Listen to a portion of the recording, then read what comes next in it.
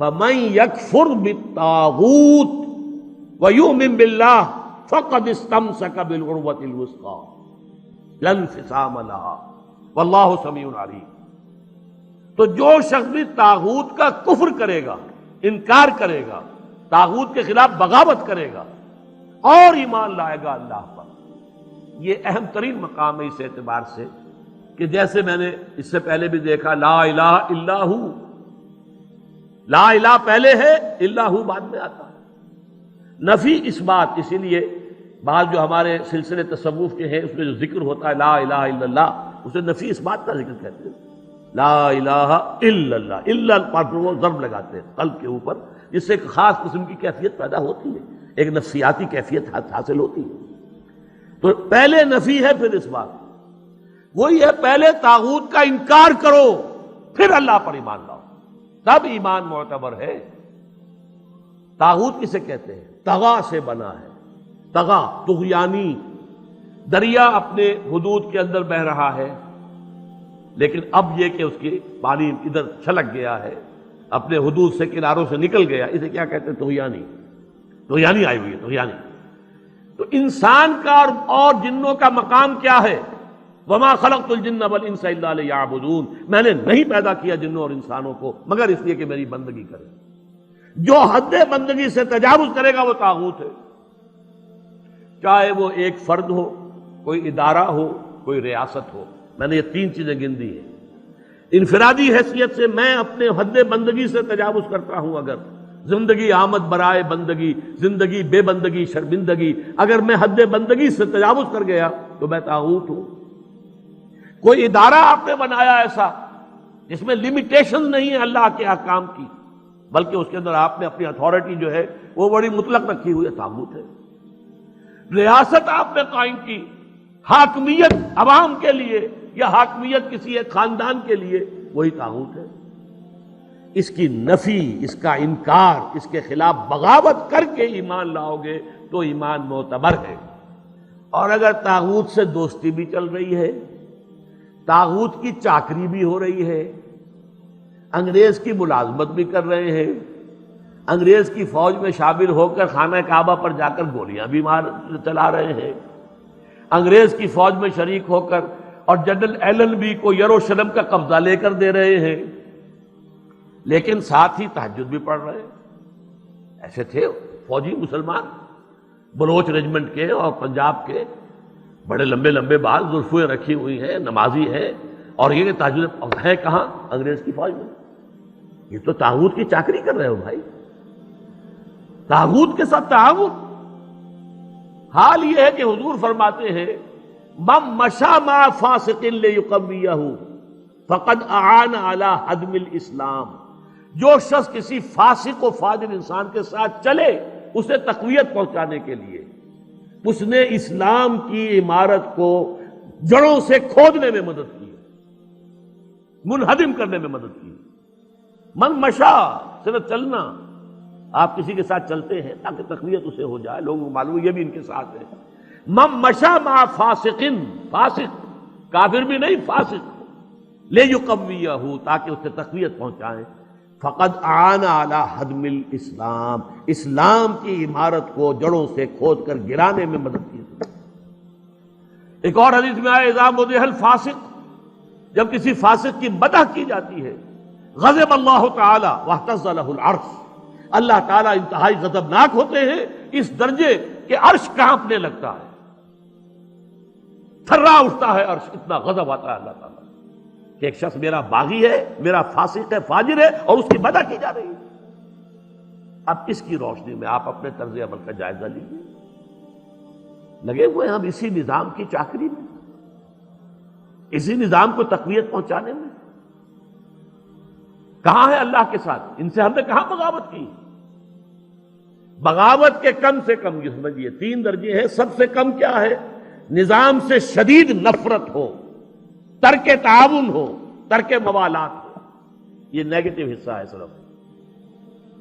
جیسے گاندھی نے کبھی کہا تھا ترک موالات، نہ انگریزی کپڑا پہنیں گے اور بلکہ ہم تو نہ کوئی اور امپورٹڈ شے استعمال کریں گے، اور بلکہ ہم تو جو ہے اپنی کھدر خود بنیں گے اور پہنیں گے۔ ترک موالات، ترک تعاون، عدم تعاون، یہ پہلا درجہ ہے۔ طاغوت کے ساتھ موالات نہ ہو، دوستی نہ ہو، چاکری نہ ہو، محبت نہ ہو، بلکہ ترک تعاون، ترک موالات اور دل میں شدید نفرت۔ اگلا مرحلہ کیا ہے؟ طاغوت کے خلاف زبان سے جہاد کرنا۔ یہ کام غلط ہے، ہم اسے پسند نہیں کرتے، ہم اس میں تعاون نہیں کریں گے، زبان سے بھی ایک اعلان کرنا۔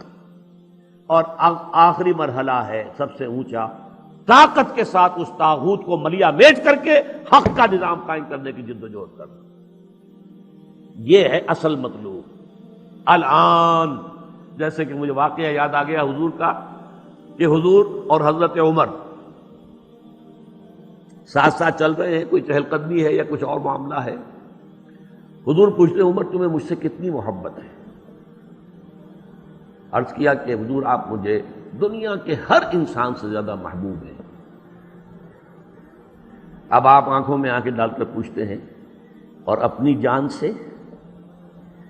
اب ایک تو اندازہ کیجئے کہ یہ سوال کسی ایسے شخص سے نہیں کیا جا سکتا جس سے ذرا بھی بال برابر بھی بودھ ہو دل میں، تو خالص وہ بہت ہی مقرب ہوگا، اسی سے یہ بات کہی جائے گی، اپنی جان سے۔ تو حضرت عمر نے تھوڑا سا توقف کیا، پھر عرض کیا ہاں اب میں کہتا ہوں کہ ہاں آپ مجھے میری جان سے بھی زیادہ عزیز ہیں۔ فرمایا الآن، اب پہنچے ہو تم اس مقام پر کہ جہاں ہونا چاہیے۔ تو الآن والا معاملہ یہ ہے کہ انسان تن من دھن اپنی زندگی ہر شے لگا دے طاغوت کے خاتمے اور حق کے غلبے کے لیے۔ وہ ہے جہاں سے بات شروع ہوئی تھی، لگا دو، کھپا دو، صرف کر دو۔ یا ایھا الذین آمنوا انفقوا مما رزقناکم من قبل ان یاتی یوم لا بیع فیہ ولا خلۃ ولا شفاعۃ والکافرون هم الظالمون۔ اس روش کو اختیار کرنے سے انکار کرنے والے ہی تو کافر اور ظالم اور مشرک ہیں۔ وَمَن یکفر، اب میں دیکھیے دو حدیثیں بھی آپ کو سنا دیتا ہوں، میں نے تو ترتیب الٹی بتائی تھی، ہم کمزور لوگ ہیں تو کمزور ترین درجہ پہلے بیان کر دیا کہ طاغوت سے دلی نفرت ہو، تعاون نہ ہو۔ اس سے اوپر یہ کہ زبان سے جہاد اس کے خلاف کیا جائے، اس سے اوپر ہے طاقت کے ساتھ جہاد کیا جائے۔ لیکن حدیث میں آتا ہے اوپر سے نیچے کی طرف، من رأى منکم منکرا فلیغیرہ بیدہ، تم میں سے جو شخص بھی کسی منکر کو دیکھے، بدی کو دیکھے، اس کا فرض ہے کہ اسے اپنی قوت سے، طاقت سے، ہاتھ سے بدلے۔ فَإِن لَمْ يَسْتَطِعْ، اگر اس کی طاقت نہیں ہے، استطاعت نہیں ہے یا ہمت نہیں ہے، یہ دونوں چیزیں ایک دوسرے کے ساتھ ہی ہوتی ہیں، فَبِلِسَانِهِ، تو کم سے کم زبان سے تو اس کے خلاف بات کرے، گونگا شیطان تو نہ بن کے بیٹھ جائے۔ فَإِن لَمْ يَسْتَطِعْ، اگر اس کی بھی طاقت نہیں ہے، ہمت نہیں ہے، فَبِقَلْبِهِ، تو دل سے شدید نفرت رکھے، وَذَلِكَ أَضْعَفُ الْإِيمَانِ، یہ ایمان کا کمزور ترین درجہ ہے۔ دل میں نفرت بھی نہیں ہے تو ایمان ہے ہی نہیں، ایمان کی نفی ہے مطلق۔ دوسری حدیث سن لیجئے، یہ تو ہے مسلم شریف کی روایت حضرت ابو سعید خدری سے رضی اللہ تعالیٰ عنہ۔ مسلم شریف ہی کی دوسری روایت ہے عبداللہ ابن مسعود سے رضی اللہ تعالیٰ عنہ۔ حضور فرماتے ہیں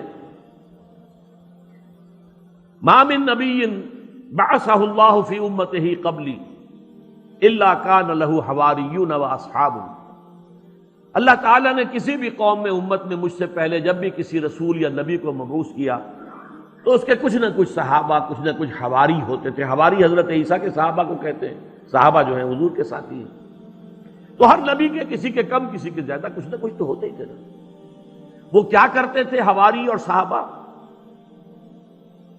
یقتدون بامرہ ویاخذون بسنتہ، اپنے اس نبی کی سنت کو مضبوطی سے پکڑ لیتے تھے اور ان کے حکم پر عمل کرتے تھے۔